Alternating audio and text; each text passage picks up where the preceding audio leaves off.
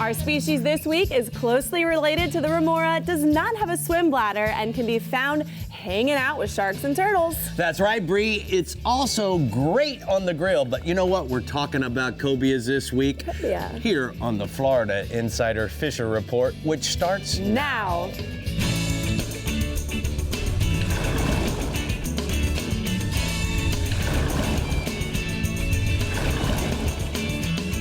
Welcome to the Florida Insider Fishing Report, presented by Yamaha. Welcome to the Florida Insider Fishing Report. We're your hosts, Captain Rick Murphy and Bree Gabrielle, talking all things cobia this week, along with some guests and our friends from Yamaha in the studio. You're absolutely right, Bree. So, Bree, let's talk a little bit about cobias. You know, the cool part about the cobia is that he's so diverse in the way he makes a living. Yes. Some of these dudes, they want to get on structure. They're very structure-oriented. Pat and I were actually talking about this weekend. And then there's some that like to swim in real shallow water. In his region, they like to get on the beach. And then there's also the fish that follow whale sharks, and they follow manta rays. And that's what's so great about this show is that depending on the region, we can customize exactly how you should go fishing this weekend. Yes, they have to keep swimming, and depending on the time is very important too. But you know what, we're gonna get to all that before we get to our cobia reports. Let's say hi to Dave Farrell at the CCA Workbench with a gaggle of cobia catching tricks for us today, I'm sure. Hi, Dave. Yeah, I like to catch those cobia. I grew up there in the Panhandle too. My parents lived there in Freeport, so some of my earliest fishing was out there chasing cobia up and down the beach, and boy, it's so much fun to sight cast those fish in that real clear, shallow water. It's just amazing. So hopefully we'll get to do some of that tonight, show you what we're doing. Sounds good to me. It sounds like he's got a bunch of tips for us. We're starting in the Real Legends Central East region, talking with Captain Jim Ross about this Houdini cobia fish. What's going on up there, Jim? Well, you know, the cobia are one of those mysteries of the ocean, Bree. You never know where they're going to show up in the springtime. It all depends on water temperature. It depends on the bait location. And in our case, a lot of times it does depend on where are the manta rays. And so in the Real Legend Central East region, most of the time we're looking for rays, and anglers are eagerly anticipating that springtime cobia run when somebody starts seeing rays. But these fish can be there one day and then absolutely disappear the next, especially, you know, when you get cold fronts coming through and it kind of hits that reset button. You don't know where they're going to show back up. Most of the time we're following those rays, though, in the 20 to 60 foot depths, whenever the water rises above 68 degrees. And that usually happens right around the second week of March off the Space Coast. But like I say, cold fronts can be our worst enemy. They shuffle the deck every single time they come blowing through. And so the pattern changes. And then afterwards, you may find them back out on the wrecks again in 60 to 90 feet of water, or sometimes even deeper. Or they may be off Sebastian one day, and then the next day they're off Canaveral, and the next day off their Ponce. And then the next day you get a cold front and they're back down at Sebastian again. You just never know. There's just constantly things shuffling the deck. Anyway, to catch them, you need some brightly colored jigs, and Dave's going to talk a bunch about those. But one of my favorite is the Artemis shad that Assassin makes.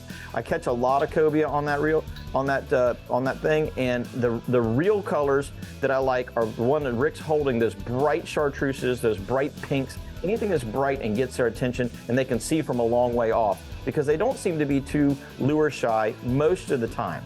Now, also, live baits like pogies, croakers, pilchards, or eels seem to work pretty good when you can't get them to bite on those artificials.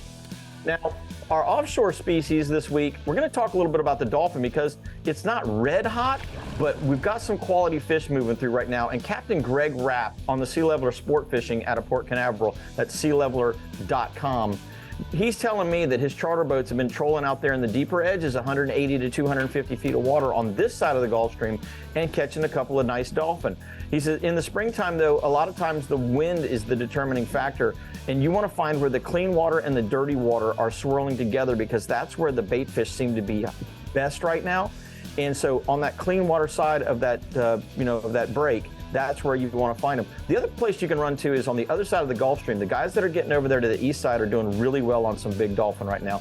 Most of the time we're trolling small to medium-sized skirted ballyhoo at 4 to 6 knots. That'll generally put a dolphin or two in the box for you. And I've got a photo here that Captain Nathan of the Sea Leveler fleet on the Sea Suns boat caught just the other day. So there's some good ones showing up out there. Let's go inshore, bub. Inshore, the sheephead bite right now out of Ponce is still continuing to be pretty good. Canaveral has still got a little bit of a bite, but Ponce is the place to be. And you want to target these fish with fiddler crabs, small shrimp, or live or frozen sand fleas on a jig head, or a small sliding sinker rig. Most of the black drum right now are running about 2 to 8 pounds. There are a couple of bigger ones that are mixed in with them, and the pompano are also mixed in with them. So you might get a nice mixed bag of fish there, but right now those sheephead action is still pretty good. And here I've got a nice little picture of one that we actually pulled out from under a mangrove the other day. Nice. What else you got this week? My last species is redfish, Rick, and redfish are universal all around the state. You can find good red fishing, and we've got some great red fishing going on right now. Guys and gals, when you're fishing in the Real Legends region, if you're fishing below the NASA Causeway, focus on the mangrove shorelines all the way down to Vero. Cut baits are working best. North of there, especially in the Mosquito Lagoon side, now it's time to get out your sight casting lures, because these fish are up shallow, they're tailing a little bit, they're making wakes, they're cruising around the shorelines, and that saltwater assassin 4-inch little P&V dart or their 5-inch vapor shad rigged weedless is working really good right now. Key in on where you find the mullet, and you're going to find these little war parties of 6, 8, 10 fish hanging around those mullet pods, and you'll find individual fish sliding from pothole to pothole up and down those shorelines in the Mosquito Lagoon. And then I've got a nice little picture here of another fish that we put in the boat the other day along one of those shorelines. Well, Jim, Smiles. Jim, thank you so much for starting us off tonight with the theme species Cobia. We're going to go ahead and take a look at the Rodan Marine System hotspots. Thanks, bud. We'll talk to you later. Inshore, the black drum near the area bridges and inside of Haulover Canal. Use cut crab, live shrimp for fish up to 35 pounds. And then offshore, the sharks along the beaches, big black tip spinners and fine tooth sharks are striking chunks of bait in 20 to 40 foot depth. Look for the areas where the bait pods are present to hold the best numbers of these fish, Bree. All right, let's head into the Sea Sucker Panhandle region with Captain Pat Deneen, where we heard you had some fun this past weekend with Mr. Rick Murphy. I tell you what, Bree, we did have fun fishing with Rick up here, and also along the Cobia. They're extremely popular game fish up in the Panhandle, and for years, anglers have eagerly anticipated their arrival in March as they begin their migration. However, I hate to say it, the number of migrating fish along the beaches they are way down from historical. And we really haven't had a good spring season in years, but divers do report seeing increased numbers on the reefs and the wrecks during springtime. So maybe they simply aren't swimming the beaches. So, there are a lot of cobia up here. The resident cobia are being caught regularly during the summertime, while fishing the reefs and the wrecks. And a few have been caught along the beaches this year. They swim west. So there is a need to take care of our fish up in our area. But I am willing to bet that most are now being caught on live bait while fishing for amberjacks, or they may just pop up at the surface near the boat while bottom fishing. They're pretty curious. They often hang around turtles, rays, bull, and tiger sharks. And most of the cobia being caught nowadays are the smaller fish, 30 to 40 pounds. So I hate to say it, but it's certainly not historical. There is a picture of Captain Chuck Bonner out of Destiny. He regularly puts his folks on nice catches. And on this day last week, they found a cobia caught a nice mess of vermilion snapper. Nice. And that fish was a swimmer, so they are still migrating. All right. Staying offshore. And speaking about the mingoes, they continue to be a primary focus for bottom fishermen. And big ones are being caught. Captain Chris Kirby on the Backlash. He had a rack this week of jumbo-sized bull mingoes. They resembled red snappers. You had to look at them twice to see if they were actually mingoes. They were big, fat mingo snappers. These bigger fish are coming from deeper natural and artificial structure in the 180-plus feet of water. You want to use a 2-hook chicken rig, baited with cut squid, herrings, or maybe a Boston mackerel. Near shore, the mingo fishing is good, but the deeper spots are definitely holding the bigger bull mingoes. Moving inshore, we did have a lot of fun this week, Bree, fishing with Rick. We were doing some red fishing, and there's some great red fishing going on right now in the Panhandle. It's a good time of the year for sight fishing, both in the Gulf and in the bays. Murphy and I, we fished this past weekend along the beaches of Okaloosa Island west of Fort Walton Beach. We sight fished these big bulls. Any empty section of the beach is a good place to look for them. like Fort Pickens Point in Pensacola, Crooked Island and Shell Island in Panama City, and also the state park beaches at Cape San Blas. Basically anywhere where you don't have a lot of traffic. It's a great place to find these redfish. They're generally going to be right up on that first sandbar. Rick and I couldn't get a sniff with jigs or even live shrimp, surprisingly enough. But once we switched to that topwater bait, they turned on and they did really well. In Santa Rosa Sound, we fished the shallows along Gulf Islands National Seashore, where the jigs and the live shrimps were the tickets. The topwater wasn't the way to go. So basically, rotate it, find what works. There's a photo of a nice redfish Captain Rick sight fishing the Sound at Big Sabine. And then moving inshore, everyone loves the pompano, and right now is a great time to love them as they're being caught in great numbers along the Panhandle beaches. Ideally, where you're going to find some cold, clean water up on the beach, and also look for areas with troughs and channels through the first bar. That's generally where you're going to find those pompanos. Use a sand flea rake to catch some fresh bait. Double dip by putting a small piece of fish bites in orange or pink on your hook. And it also pays to have a rod with the pompano jig in case you got a surprise attack of a school of fish coming along down the beach. The beaches at Henderson and Topsail State Parks, as well as the beaches just east of Destin Pass on Holiday Isle, are great places to get your pompano fix. The pompanos are running up to and maybe over 3 pounds right now. But the water's cleaning up and it's definitely warming up, so the beaches are turning on. All right, Pat, thanks for informing us about what's happening in the Seasucker Panhandle region. We're going to go and take a look at the hot spots. Pat says that the pompanos in the Gulf beaches on the east side of Destin use the sand fleas and fish bites, look for clean water and washouts in the sandbar, and then offshore, big bull vermilion snappers on cut baits fished on the wrecks and natural bottom in 180 to 250 feet of water. It sounds like you had a blast up there. Went from did. Plan A to Plan D and Z. And I love the fans. We have so many great fans there, and we got to meet some of them at lunch and dinner. Awesome. It was awesome. It was awesome. That's awesome. Well, speaking about Plan A, B, C, and D, we have the Fish Bites Trading Post Rigs and Techniques at the CCA Workbench with Dave Farrell, who probably has some cobia catching tips for us. And if one doesn't work, another one might. That Cobia's always welcome behind my boat any day, and they sometimes come to see me, and they don't go home. Come on by. Come on by. It's a one-way ticket to dinner, huh, baby? Exactly. And then we've got our Captain Tommy Derringer in the Front Runner Boats Northeast region, who's chasing down those cobes for us. So stay tuned, and we'll be right back. The Florida Insider Fishing Report is brought to you by Yamaha. Reliability starts here. Fenwick. Feel everything. Sirius XM Marine. Weather. Fish mapping. Entertainment. Penn. Let the battle begin. Casa Vieja Lodge. 5-star angling in beautiful Guatemala. Berkeley Prospect Chrome. Fish Bites Trading Post. The first choice of First Coast anglers. And Daiquiri Deck. Food, drinks, friends.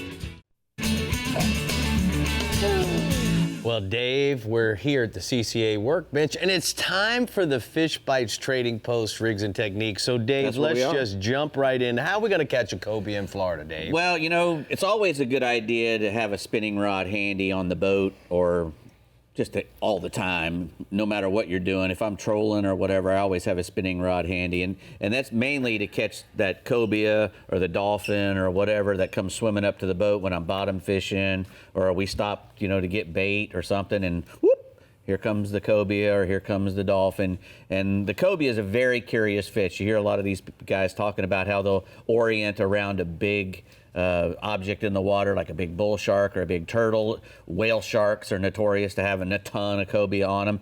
The manta rays, where I live at Cape Canaveral, they always usually hold a couple of big cobias. So anytime you see those kind of things, if you whip out a good spinning rod, a good stout spinning rod outfit, like this one you got in your hand. This is a Spin Fisher 7 pin reel. What'd you load it up with? That's got 30 pound? That's got 40-pound braid on it, and it's also got a 50-pound Prospect fluorocarbon leader. So with it connected with an F&G knot somewhere right here. Right here. Yeah. So that's going to cast really well through the guides, that knot, and it's going to be able to pull just about anything out of the water that you hook into. 40-pound.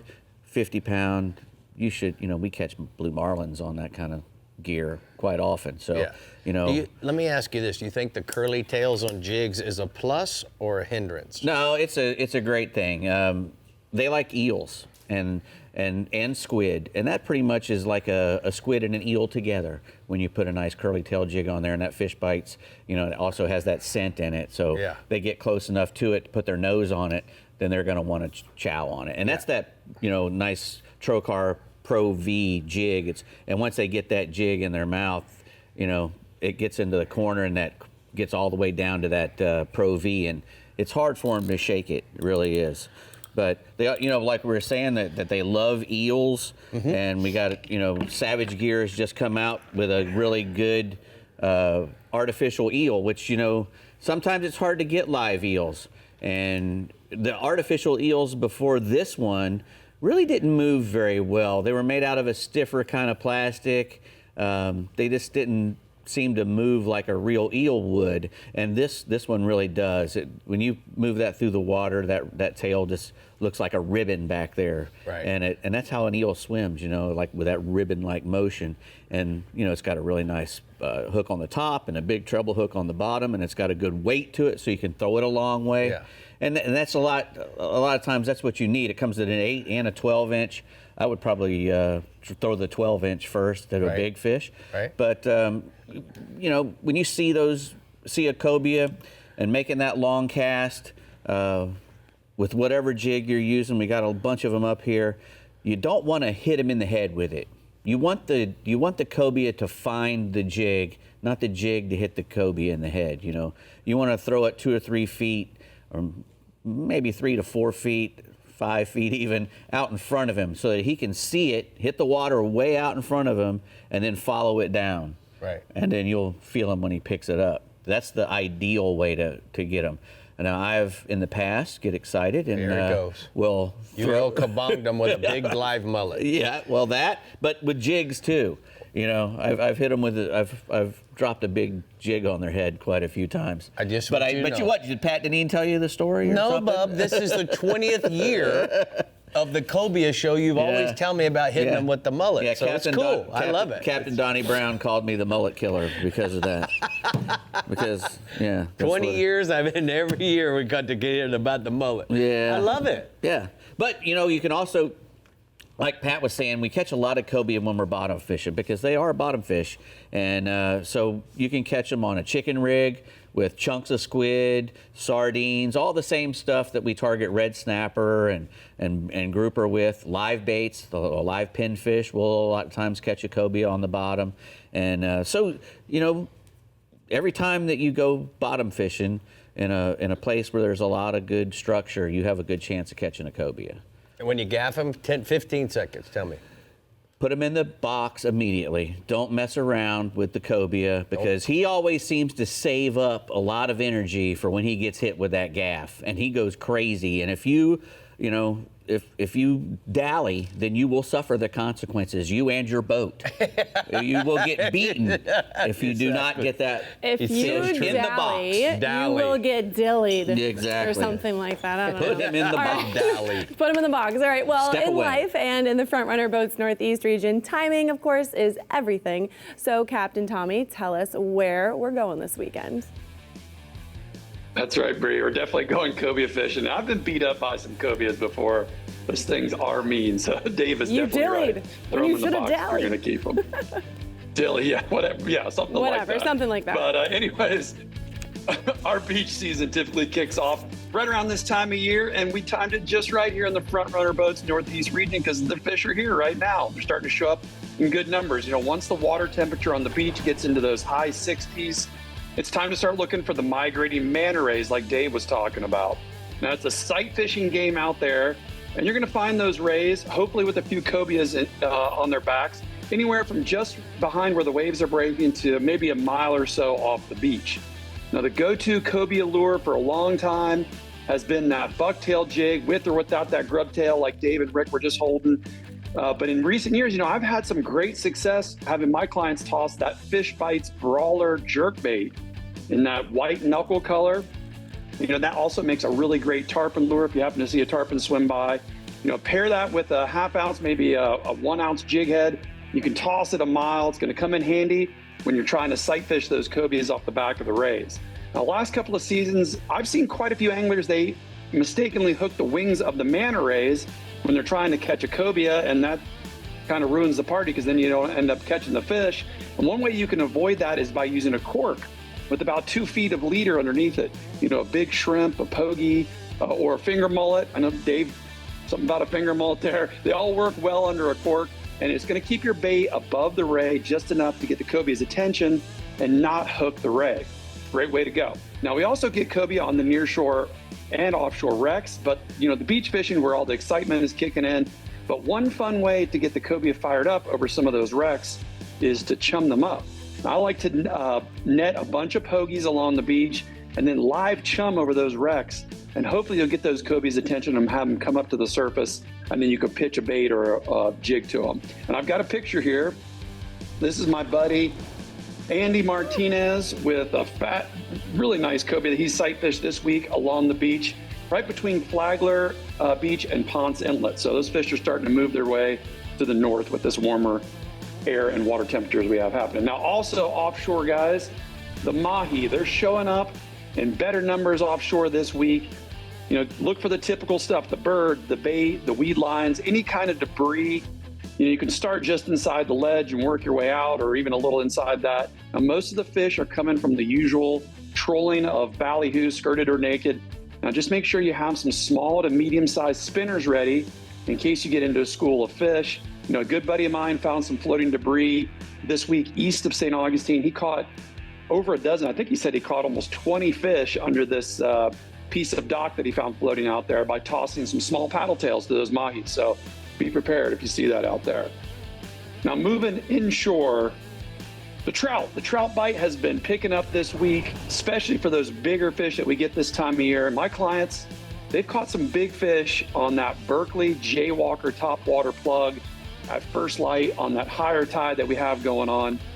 We've just been casting parallel to the grass lines, looking for those grass lines that are holding good numbers of finger mullet. There's a ton of bait that have shown up over the last week, 2 weeks, I guess, and just find those areas and toss that plug. Now, the smaller schoolie trout, they're around as well, and they've been hanging out along the edges of the ICW, around creek mouths and runouts on that outgoing tide. A saltwater assassin paddle tail or a live shrimp or a minnow under a cork, those have been working well for those schoolie fish. Now, another option is to get a big live finger mullet and either free line it or use a fish finder rig and fish it in those same areas that I was talking about earlier with the topwater, and wait for those bigger trout to come on by and pick it up. Now, speaking of big trout, I've got another picture here. Captain Rob Bennett from coastalfish.net. He sent me this picture of his client Mary with a huge old gator trout that she caught this week. What a on one of those big free-lined live mullets. How about that big old thing? That is a beautiful go Mary. fish, man. Way to go, girl. Go Mary. All right. All right, so guys, the redfish, man, that redfish bite has been great this week. There's a bunch of big fish in the backcountry creeks and flats. On the lower tide stage, those redfish have been getting super shallow. I've seen some really cool things this week. They've been backing, tailing, doing all kinds of crazy stuff right in the backs of those creeks on that low tide. Now, some of those fish, they've been a little tough to catch because they're spooky, hadn't been a whole lot of wind, which makes them even spookier. But if you can present something light with minimal splash, you've got a good chance to get hooked up. I like that Elite Shiner paddle tail from Saltwater Assassin. Rig that on a weedless hook. You can even go weightless. I don't know, can't tell that one Rick's holding, but just like that, it's a great way to catch those skinny water fish. You can land it softly and slide it right into that redfish's strike zone. Now, if stalking those super skinny fish isn't your thing, the deeper water redfish have also been chewing. We've been catching them around docks and also along the edges of the ICW. But the secret bait for those fish for me this week has been blue crab chunks. Anytime I found those redfish and they didn't want to bite something else, we've got them to eat that crab. So I've got one last picture here, and this is Mark and his two sons, Marco and Leo, with a nice slot red they caught with me this week, using a piece of that cut crab, AKA the Krabby Patty. Works almost every time if you can find some crab. I love it. You got a Leo on your boat. It's my kind of thing. And he's smiling with a fish. That's perfect. right. So you like that name, don't you? Thanks, Yes. Tommy. You did a great job this week. We're going to go and take a look at the strike zone. Hot spots from the Northeast region inshore, topwater redfish and trout along the grass lines. Find the flat that's holding some finger mullet and toss the Berkeley jaywalker parallel to the grass lines, and then offshore, the cobias along the beach throughout the entire region. Try live eels or bright colored jigs tipped with the fish bites curly tail. What you think? Well, what I think anglers catching a cobia this summer could win you a 250 HP Yamaha in the CCA Florida Star Competition presented by Yamaha. With their new format, more species, and bigger prizes, you have your shot at winning a share of $500,000 in prizes and scholarships. The competition begins Memorial Day weekend, and you can win boat, motor, and trailer packages, tackle, electronics, kayaks, and so much more. Registration is only $80 and includes a one-year membership in CCA. If you are going fishing this summer, you need to be in the CCA Florida Star Competition, so go to ccaflstar.com to get registered. But coming up, we're seeing what's on the dinner menu this weekend in the Discover Crystal River Northeast region. And then Captain Mike Holiday has his Fish Bites East region all figured out for you. So stay hooked and we'll be right back with his report.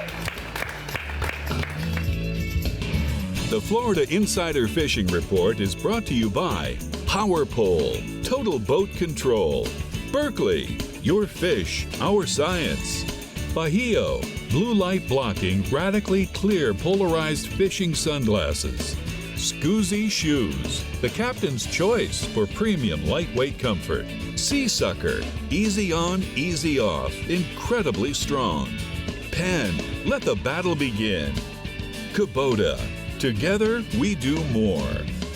And the International Order of T. Roosevelt, protect your right to fish.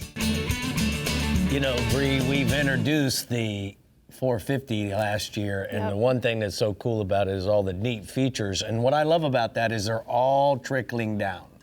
So what you'll see is how Lucy will describe it the best. Watch. All right, let's take a look.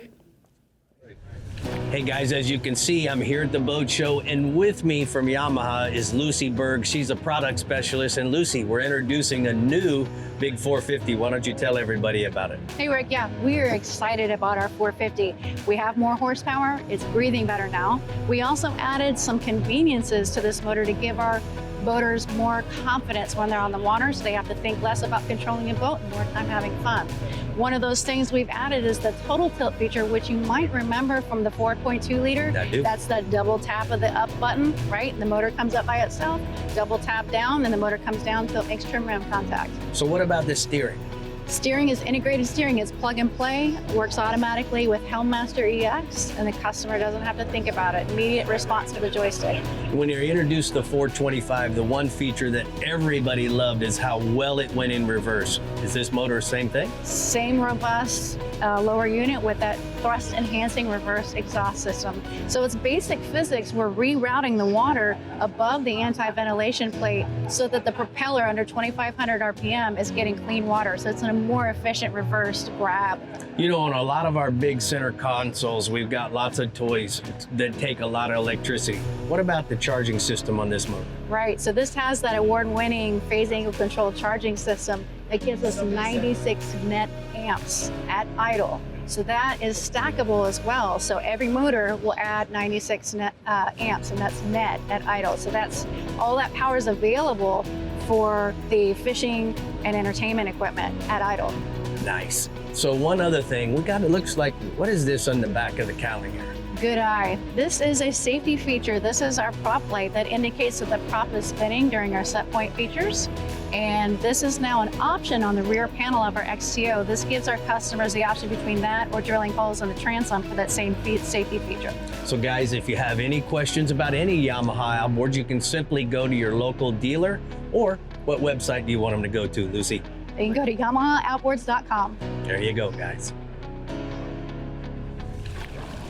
You were right about those features. I know. They're all pretty cool. She just makes my life so easy. She's so thorough on knowing the product. Yes, it's very really knowledgeable for sure. Good going, Lucy. All right, in the Discover Crystal River Northwest region, you're looking for cobia all over the place. So let's see where Captain Jeff Hagman has us going. Hi, Hag. How you doing? Cobia this time of year can be found on the flats, but most of them right now are transitioning offshore, off the reefs and wrecks. So look for fish cruising around the beaches, around the passes, channel markers, the cans in the shipping channel. In the winter months, you can look for them around the power plants. It's a great place to find them. The warm water runoffs, you can actually get on the back of the stingrays come in there to feed, and the cobia follow them, and they'll kick up bait fish and shrimp and stuff. So the cobia will be on their backs, and you can sight cast those fish up in that shallow water around the runoffs. As far as baits go, a 10-inch black eel or a mossback and pearl rigged on a 3/4 ounce jig head works to a 1/2 ounce jig head works really good. Also a great bait, pinfish tail hooked under a cork. Can't go wrong with that, and they have a hard time refusing it.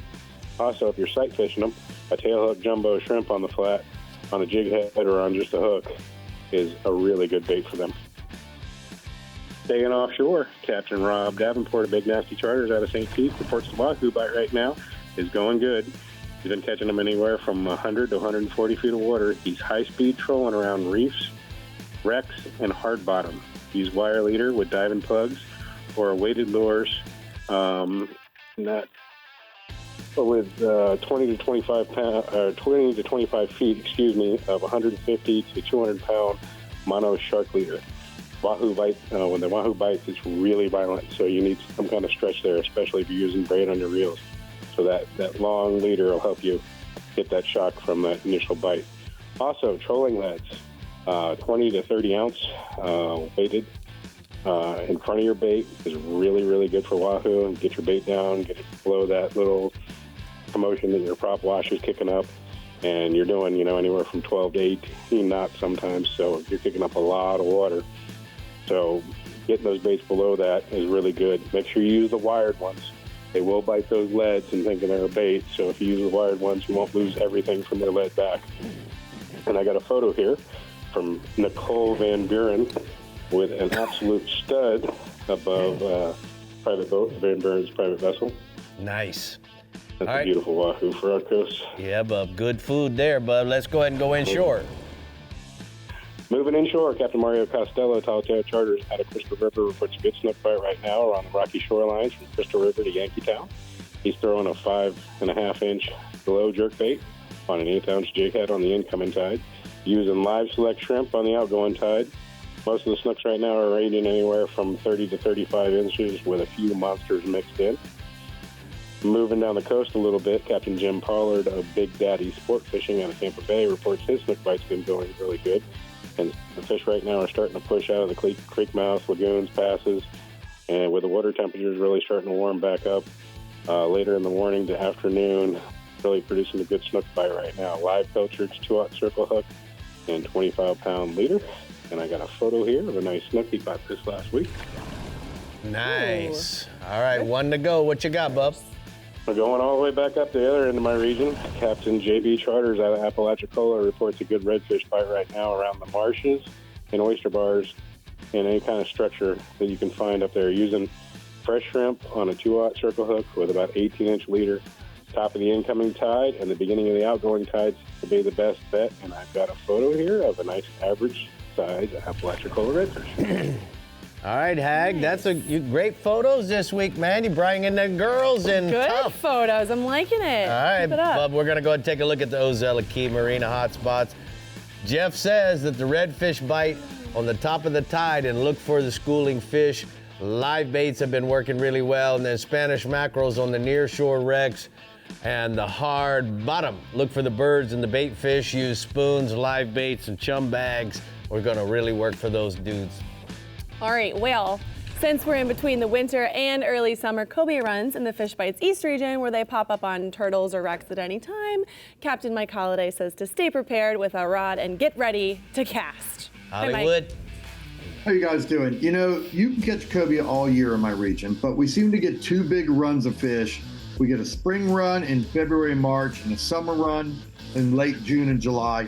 This year's spring run was better than the last 5 or 6 years, with a lot of fish caught off leatherback turtles and off bull sharks in places like the sand pile off Stewart and along the beaches off Jupiter Island.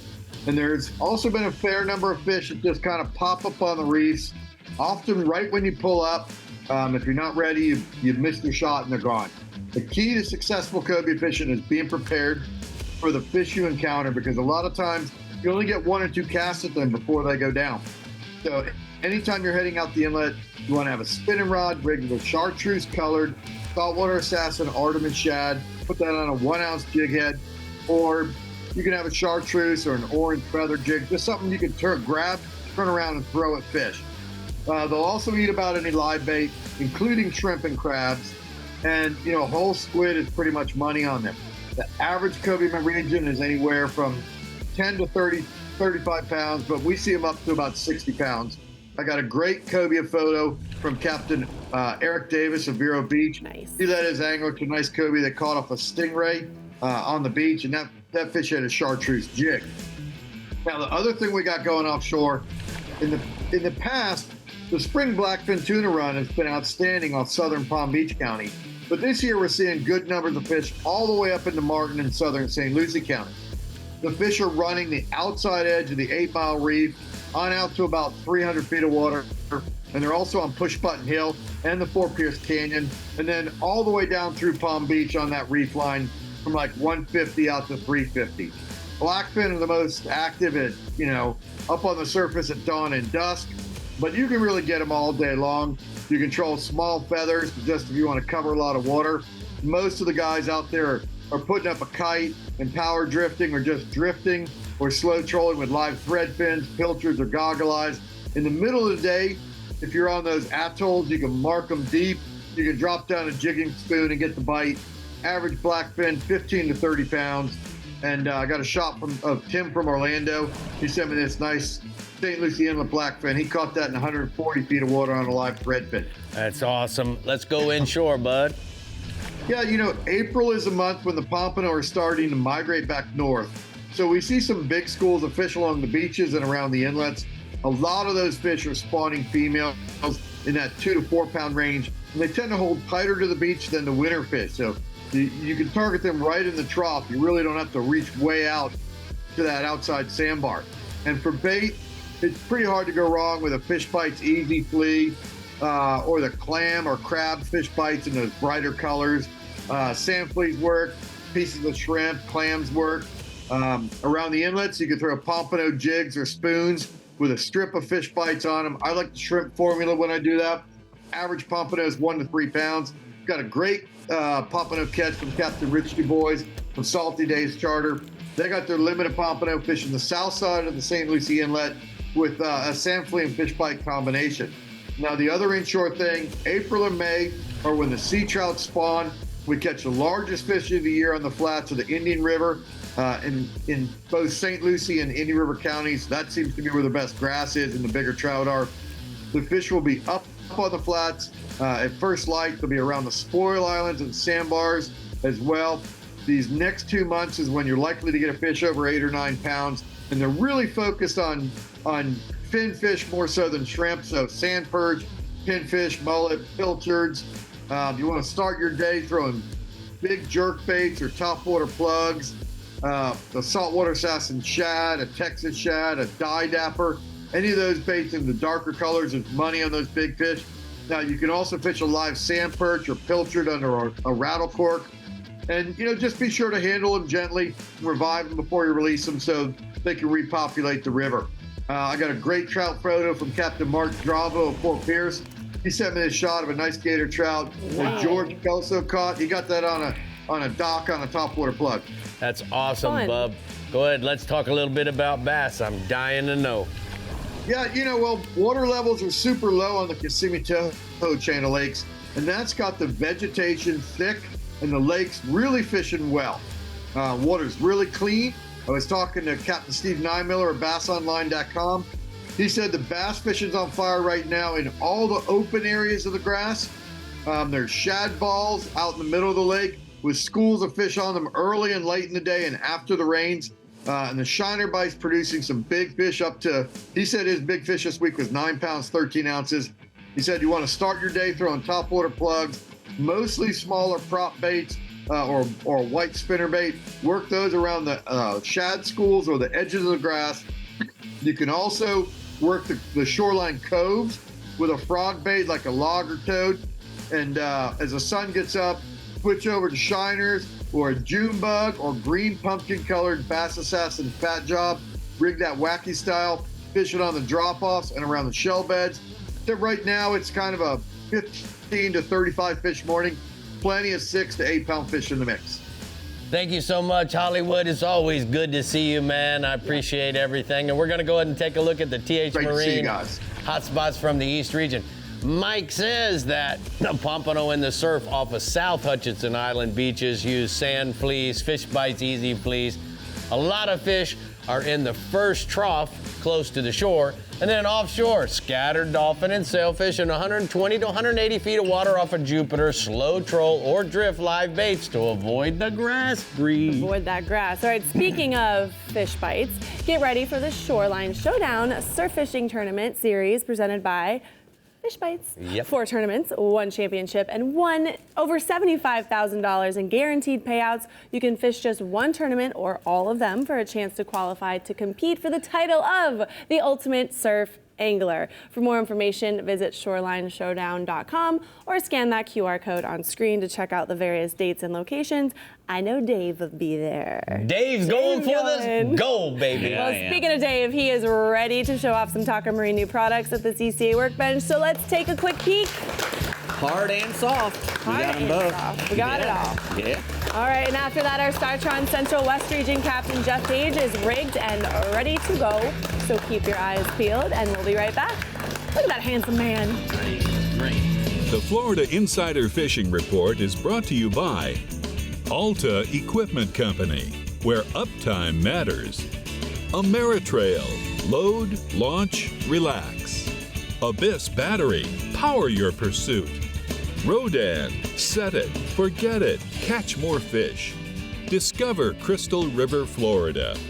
Bass Assassin and Saltwater Assassin, best lures, period.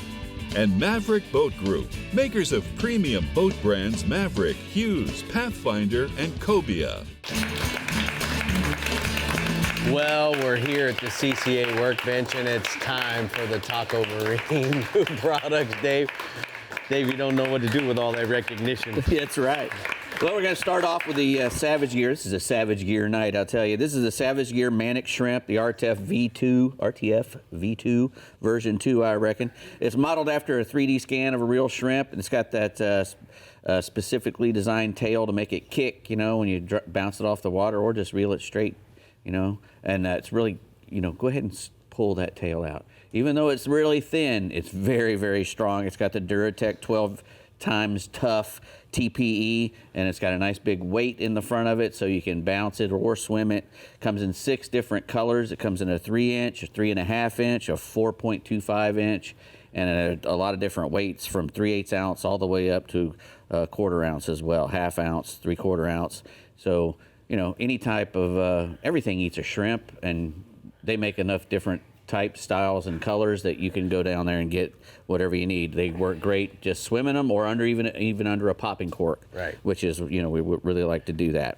So go to savagegear.com to get you a Manic Shrimp. Okay, and then what if we want to go jiggy? Well, then we got the Savage Gear Magnum Squish Jig. Squish meaning fish and squid. It's a fish on one side and a squid on the other.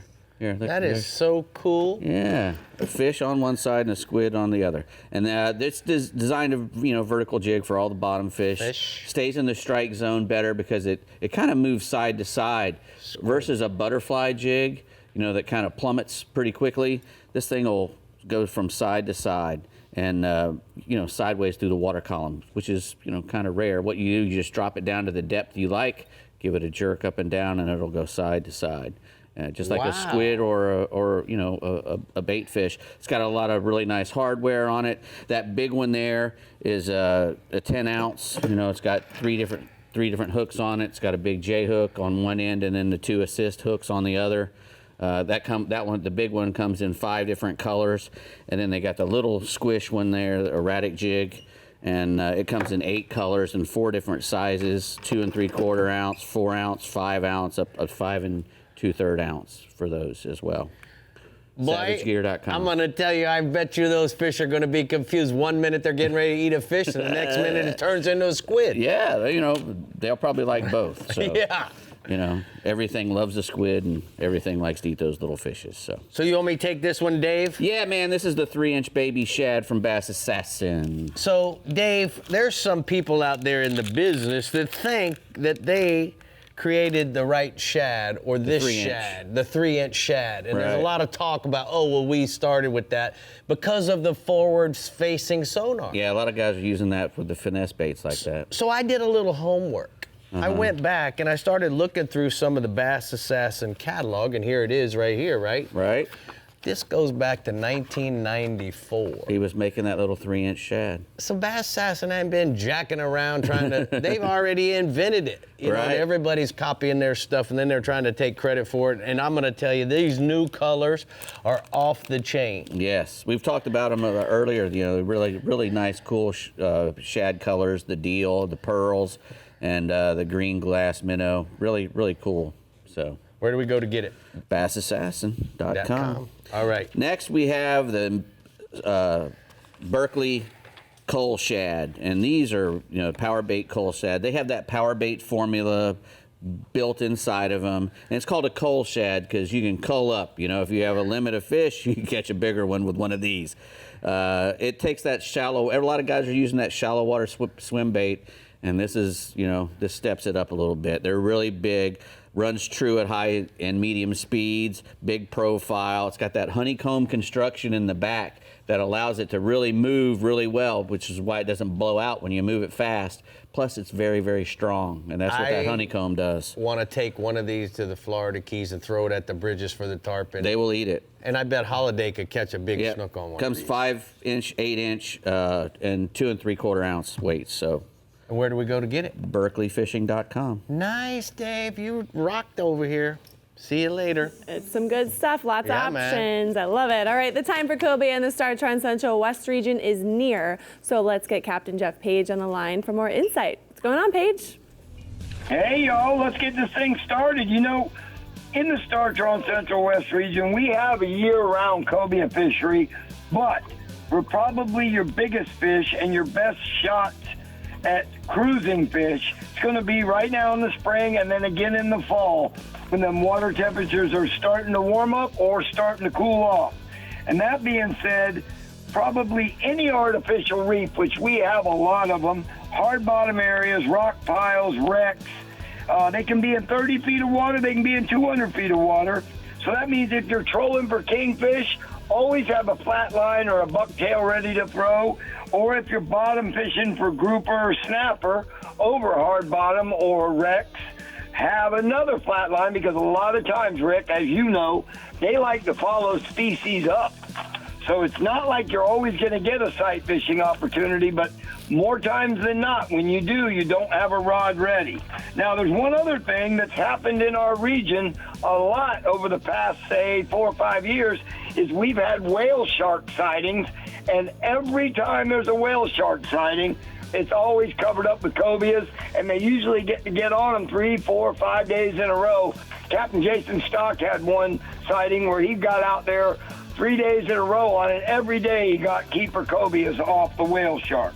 Now, I suggest using at least 20 or 30 pound braid with 40 to 60 pound fluorocarbon leader, 7/0 circle hook, trocar the best, and like I said, have another rod with at least a 1/2 ounce bucktail jig or a 1/2 ounce jig head with a soft plastic like a gulp shrimp that you can throw at it. If it's a bright day, light color, dark day, dark color, you taught me that, Rick Murphy, a long time ago.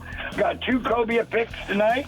First one, Captain Dakota Moore with 2 happy clients with a pair of nice cobias. And then my second one, Captain Josh Pruner, who I call the mayor of 59th Street Boat Ramp, with a really nice brown clown. Yes, sir. Not too bad. There you go. Tell us what else offshore, bub. Red grouper, and this will probably be my last week on him, but he has been so steady, and good big fire trucks have been caught all throughout these spring months of February through now. And pretty much 110, 150 feet of water. They can be on the smallest little rock pile, Rick. So pay attention to your bottom machine, folks. And live pinfish, probably the best bait, but don't be afraid to have a couple boxes of sardines because once they start eating, they'll bite just about anything.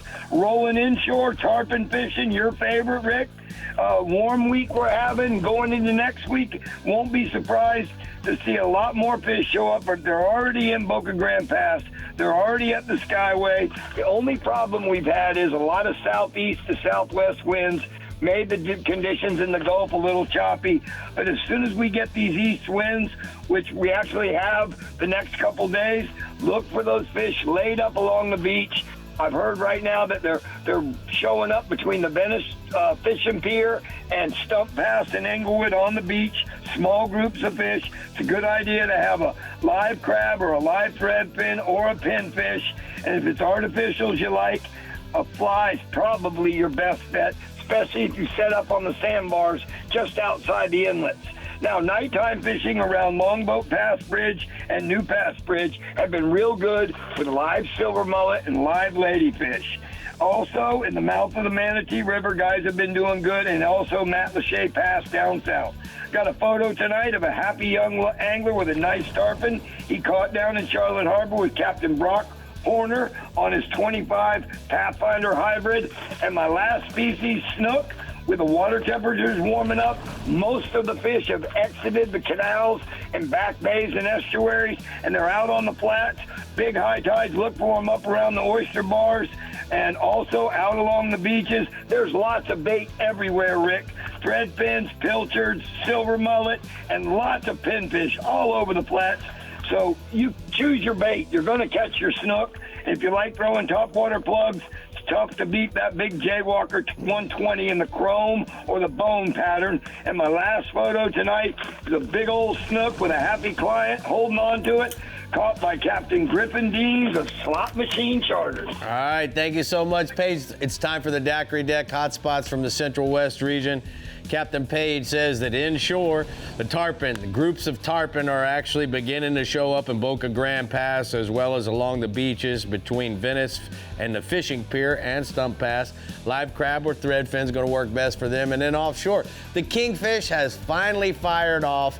The water temperature's in the mid-70s already, so they won't be around long holding on to the structure around the big schools of threadfins, anywhere from 1 to 7 miles off of the beach in the entire region. So go look for them quick. All right, well, when you're on the road this summer, make sure you show your support for Florida's fisheries with a Conserve Florida Fisheries license plate. Funds from the sale of the redfish tag directly support protecting and enhancing marine resources, habitat restoration, water quality, and coastal environmental education. So make sure you get yours now at your local DMV or redfishtag.com. It sure is beautiful. It sure I must say. It's just so cool. It is cool, too. The fight is on in the Casa Vieja Lodge Southeast and Alta Equipment Southwest regions, so get ready to reel. And remember, for everything fishing in Florida, scan that QR code to unlock our social media pages, YouTube channel, and we have our new show merchandise on our website, so make sure you scan that code and get yours now. We'll be right back. The Florida Insider Fishing Report is brought to you by StarTron. Start, run, and store with StarTron. Berkeley, your fish, our science. CCA Florida, the voice of recreational anglers for over 35 years. Front Runner Boats, performance-built offshore fishing boats made in the USA. Takeuchi, from world first to world leader. The Florida Keys and Key West, come as you are. Murphy's Law Sport Fishing. Book your trip today at murphyslawsportfishing.com. And Strike Zone Fishing. Welcome back, everyone. We're getting tarpon, trout, and sailfish on in the Casa Vieja Lodge Southeast region with an occasional cobia on the side. So talk to us, Captain Thomas. What's going on? Hey, Bree and Rick and everybody else in there. Well, cobia are a hard fish to target here in the Southeast region. Most of them are just an incidental catch, and it's just a matter of being at the right place at the right time.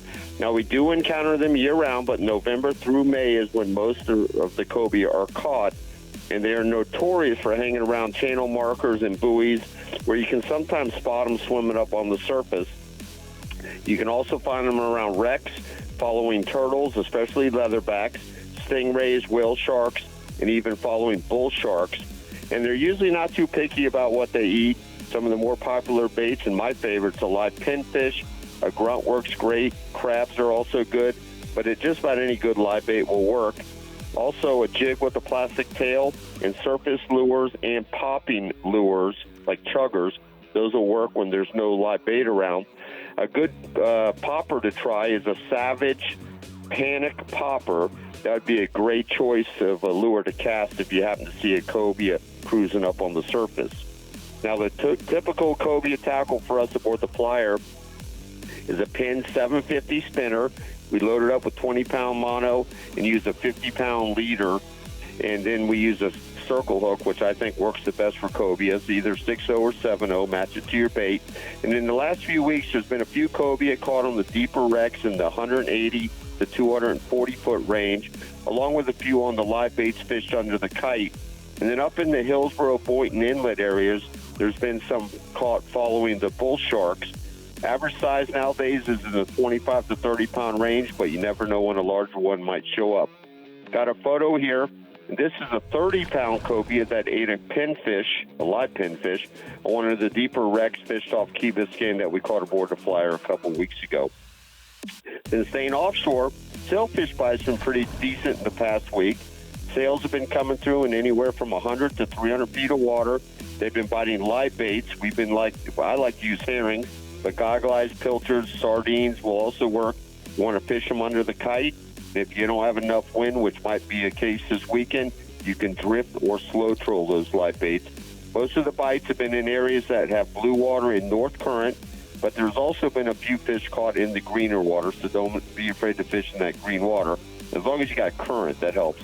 Also look for any free jumping sails. If you can get your baits out in front of them, got a good shot at getting a bite there. Moving inshore, all of the inlets throughout the region have been holding tarpon, as well as most of the lit bridges and docks throughout the ICW. And the inlets, look for marks on your fish finder or rolling fish near the inlet mouths, and also along the adjacent beaches on both the north and south side of the jetties. And both the incoming and outgoing tides have been good in the early mornings and evenings. You want to use a big live shrimp or a live crab on a 6.0 to 8.0 circle hook. It's 60 to 80-pound mono or fluorocarbon leader. And around the bridges and docks, look for those tarpon feeding along the shadow lines on the outgoing tide. A big shrimp, crab, or mullet will be your best bait. Or you can cast swimming plugs from the shadow lines and work them on out. And some of these tarpon have been up into the 120-pound range. And then we've got some decent-sized sea trout being caught in South and North Biscayne Bay. In the South Bay, the best fishing has been on the grass flats on the western side of the bay, from Matheson Hammock south to Gables by the Sea. In the north end, from Venetian Causeway north to Oliver Inlet on both the east and west sides of the bay. You want to look for areas with good moving water and heavy grass and potholes. 3 to 8 feet of water is a good depth to look at them or look for them. And also look for any signs of bait. Best bites have been around the higher stages of the tide. Quarter-ounce bass, assassin jig heads, and 3 to 4 inch plastic tails in any color have been getting bites. But the bigger trout are being caught on small live pilchards, herrings, or live shrimp. You want to fish them under a popping cork. And most of these trout have been in the 15 to 20 inch range, with some larger ones mixed in. Got a photo here of a 22-inch trout caught by my brother Rick in South Biscayne Bay, and that thing ate a big old threadfin herring that a sailfish would probably eat. What is that? What happened when the picture? Did you go 1, 2, 3, and you took the picture on one? What happened? Well, he looks a little dazed, but he looks like that normally, so it's not a big deal. All right, go ahead, keep going. So don't forget that the CCS Star Tournament starts on Memorial Day weekend. An early entry gets a free ticket for the contender raffle, and your entry will also qualify you to compete for up to $500,000 in cash and prizes. Thank you so much, Jimbo. We appreciate all your effort each week, and we're going to go ahead and take a look at the hot spots from the southeast region. He says inshore, drift live shrimp or crabs around the lit bridges and throughout the inlets for early morning and evening tarpon, and then offshore, drift or kite fish, live baits at 90 to 300 feet of water for sailfish, kingfish, blackfin, tunas, and an occasional dolphin. Oh, they're so photogenic. All right, you got to be everywhere if you're Yeah. catching an Alto Equipment Southwest Region Cobia. So let's find out exactly what that means with Captain Ronnie Houston. Hi, Ronnie. Well, like always, it's a pleasure being here, guys. You know, the Cobias, you want to be fishing wrecks, artificial reefs, and other natural structures with any live bait presented in various sections of the water column. Now, the Cobia is curious fish that roams the entire water column. So it's nice to have a bait on the surface, possibly in the middle and on the bottom. Now, the Cobias aren't picky, and just about any bait will work. Crabs and shrimp will also work this time of year as well. But also to be smart, to have a large bucktail or maybe a swim bait on hand in the event you see a fish that might be out of range, or if a school comes up while you're reeling in a fish. Now, when it comes to the Cobias, things tend to happen fast, and you need to be ready to capitalize on them quickly, as you might only get a couple shots. And this week's pick of the Cobias is going to be from Mission Fishing Charters. If you're looking to catch Cobias, this guy's been on them for the last couple weeks. Second species is going to be the red groupers. You know, reports from Capt. Bo Johnson to the north is the bite has been pretty consistent fishing moderate weather on Fort Myers Beach right now to Stump Pass. Bo says the key depths have been 95 to 115 feet, along with areas of hard bottom and days of good moving current really triggers a good bite.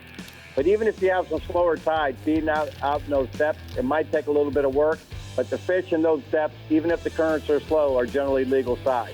But he also said you want to try alternating baits like cigar minnows, squid, and mullet strip to see what they're really keyed in on.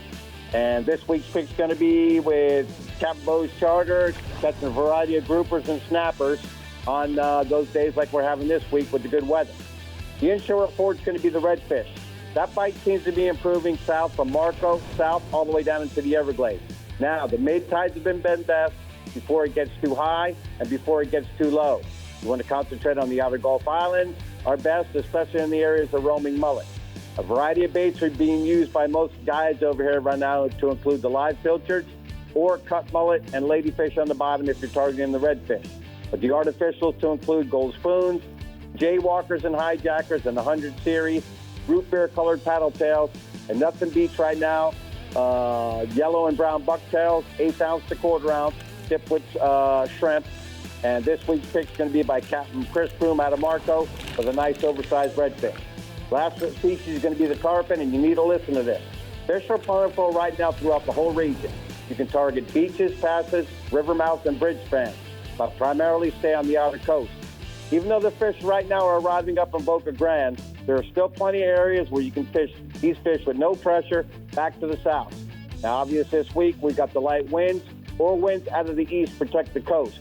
But if we get a blow, you want to pat on the areas I mentioned that will be comfortable for the wind that day. The bait's going to include live crabs, herring, finfish, cut baits on the bottom, and a variety of 5 to 8 inch swim baits. This pick this week is from Captain Chris Slattery up in the northern end with a nice tarpon release. And like I said, you don't have to get in the mix. There's a lot of areas that I'm snook fishing right now. Plenty of tarpon, and ain't nobody fishing them. So keep your eyes open. Thank you so much, Ronnie. We'll talk to you soon. We're going to go ahead and take a look at the hot spots. He says inshore trout at the east wall, west wall, and Cape Hayes fishing potholes and troughs in 2 to 5 feet of water. And then offshore, the permit from Goodland to Fort Myers Beach fishing wrecks and artificials, reefs, 5 to 20 miles using live crabs. Nobody's fishing them. That's what we like to hear on this show, huh, Yeah, Rick? man. All right, well, we've almost completed our Cobia run here on the Florida Insider Fishing Report. But for our final destination, we're traveling into the Takeuchi Keys region for some weekend fun when we come back. Love So that make region. sure you check us out. And, of course, Captain Ridge Murphy, there he is. Yep. Not in the flesh, but right there. The Florida Insider Fishing Report is brought to you by Yamaha. Reliability starts here. Fenwick. Feel everything. Island Lures. Tournament Tackle. The IGFA. Every fish, every water, every angler since 1939. Sportsman's Adventures with Captain Rick Murphy. 30 years of fishing for adventure. Berkeley Pro Spec Chrome. Real Legends, available at bellsflorida.com. And Taco Marine, master the catch.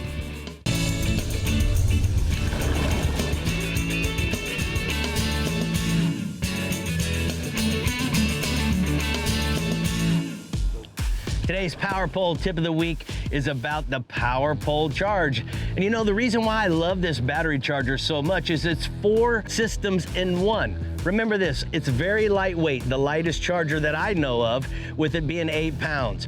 The other thing that I love about it is I have the ability now to charge my batteries when I'm running back to the boat ramp after using them all day long. So certainly that's something that I like. But also a third feature that is really one of my favorites is I have the ability to transfer the charging from the engine to the trolling motor batteries, and I can charge that way. Or if I need to charge up my engine battery, I can simply slide through the app and make all that power go towards that engine battery. So I have the choices when it comes to being able to what I'm going to charge. And the fourth reason I really love it is because of the emergency start feature. I have the ability to click on the emergency start feature, use the battery juice that I have stored, and guess what? Jump that battery so that I can get home from being 20 miles out in the Gulf. If you have any questions about the Power Pole Charge, simply go to powerpole.com, and that's today's Power Pole tip of the week. Look at you on that app doing all that. Proud of you. So user-friendly. Love Power Pole. Who would ever think that you could control 90% of the things on your boat with an app? I mean, that's the world we live in, isn't it? A lot of people, I guess. But let's talk a little bit about something, Bree. You know, the last couple years, this time of year, and during the winter, we had extremely warm temperatures. So I hear a lot of guys at the dock and at the boat ramp is, oh, this year is so, abnormal. Negative, guys. No. This year is normal. The late cold fronts in April, having it cold in January and February and March, not blistering cold, but cool. Yeah, cooler than we had a winter. We had cool water temperatures, so guess what? That changes. We live in a tropical place. That changes when a tarpon shows up. That changes when the permits show up. A lot of times people think, oh, well, the last 2 Aprils, I've been fishing over here. Well, guess what, guys? This isn't what you normally have, so get used to that part and adjust accordingly next year if you have a cool wintertime. Yes. It's really important to understand that, guys. Nothing's concrete. Yeah, and it seems like everything is back to normal considering last year. Exactly. All right, well, we are ready to take on some cobia in the Takeuchi Keys region with none other than Captain Ridge Murphy. Talk to us, Ridge. You know, here in the Alta Construction region, we got cobias that can be targeted all up and down the Florida Keys on both sides of the highway. On the Atlantic side, we got guys in tower boats cruising up and down the coast looking for stingrays in the sand with schools of cobias on their backs. You throw live pinfish or pilchards up ahead of the stingrays and let the fish find it. But a more common way of catching the cobias is on the Gulf side wrecks, where you're going to chum on the slack tides and get them to come up to the surface. You can throw live pinfish or an R&R flare hawk in any color, and if you don't have any numbers, keep an eye out for turtles and there will be a wreck close by. Use your bottom machine to help you find it, and then anchor or spot lock up in front of the wreck and drifting or jigging baits in and around the wreck. With a common leader size of 30 to 40 pound fluorocarbon on a Fenwick Pro Elite 8-foot heavy fast rod stacked with 20 to 40 pound braid on your Penn reel. I have a photo of Bree and I with a nice cobia that we ended up catching earlier in the season. Aww. Yeah. Okay, little bro. This is bro and a sister thing. Go ahead. What else you got offshore, Ridge?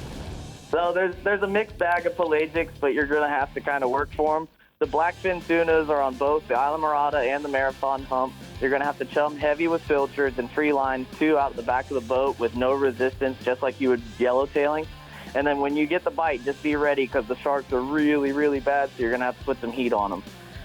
Use a 30-pound to 40-pound fluorocarbon leader with a number 2 Eagle Claw live bait hook.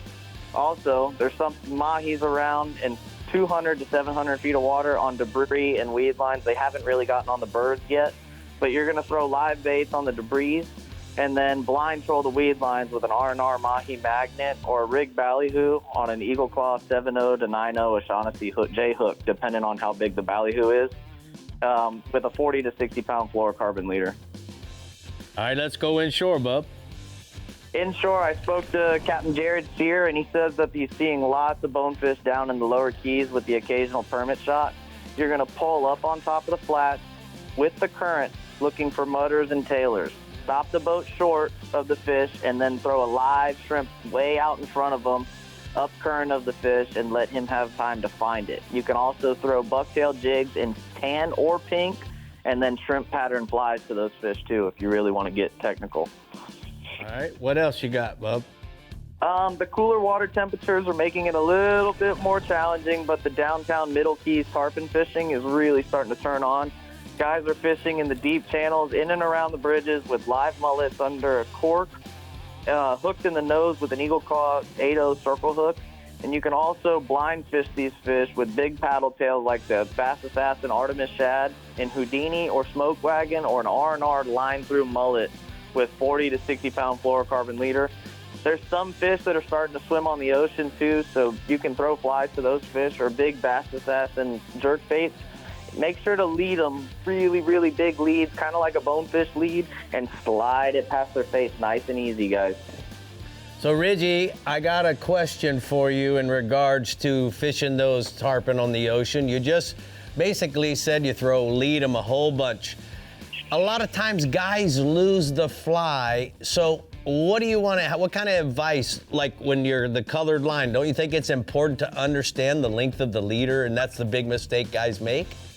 A lot of times, if you watch your nail knot, sometimes it's hard to lose these. You lose these little flies. A lot of guys are throwing small flies on the ocean, but if you watch your nail knot, even with a clear line, you can see the difference from your running line to your butt section of your leader. So kind of watch your nail knot.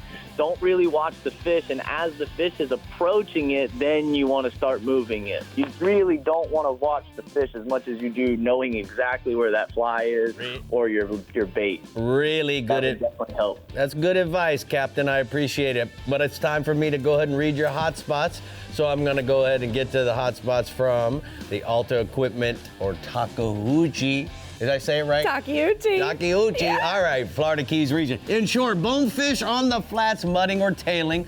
Throw bucktail jigs or live shrimp up current and slide it past them. Remember, keep your rod tip up once that you get the bite to keep the fish from rubbing his face on the bottom and breaking you off. And then offshore, the tuna on the humps and chum heavily in free line baits back behind the boat with the chum. Be ready to pull on them because the sharks are really bad. Oh no, not the Sharks. All right, now it's time to check out some tournaments going on in the Florida Keys. Are we ready? First is the Marathon Premier Sailfish Tournament, April 18th through the 20th, where proceeds supports Mission Fishin', a group that organizes fishing trips for special needs children and their families. Next is the Marathon Offshore Bull and Cow Dolphin Tournament, where a guaranteed $18,000 goes to the top angler who catches the largest bull and cow dolphin combined. Then is the Nick Sheehan Dolphin Rodeo in Isla Mirada, which raises money for college scholarships for Coral Shores High School graduating seniors. And finally is the Faro Blanco Tarpon Tournament, where teams fish 3 nights between May 4th and 11th with 3 different captains at 3 different bridges in Marathon, and tournament proceeds benefit Ronald McDonald House charities. For more information on these Keys tournaments and more, head to flakeys.com. But there you have it, your weekend of catching perfectly wrapped up. Stay tuned to hear what we're fishing for next week. It's my favorite inshore species. Just saying. What? Welcome back. Next week we are talking snook. So excited for my favorite inshore species, but we want to thank Yamaha for being here and our guests in the studio. So thank you very much for joining us. And make sure you go out and catch those cobia. Gentlemen, great job tonight. Yeah, same to you. We'll Thank see you you guys, next week. everybody coming. And good luck. Thanks, guys. High fives all around. Woo!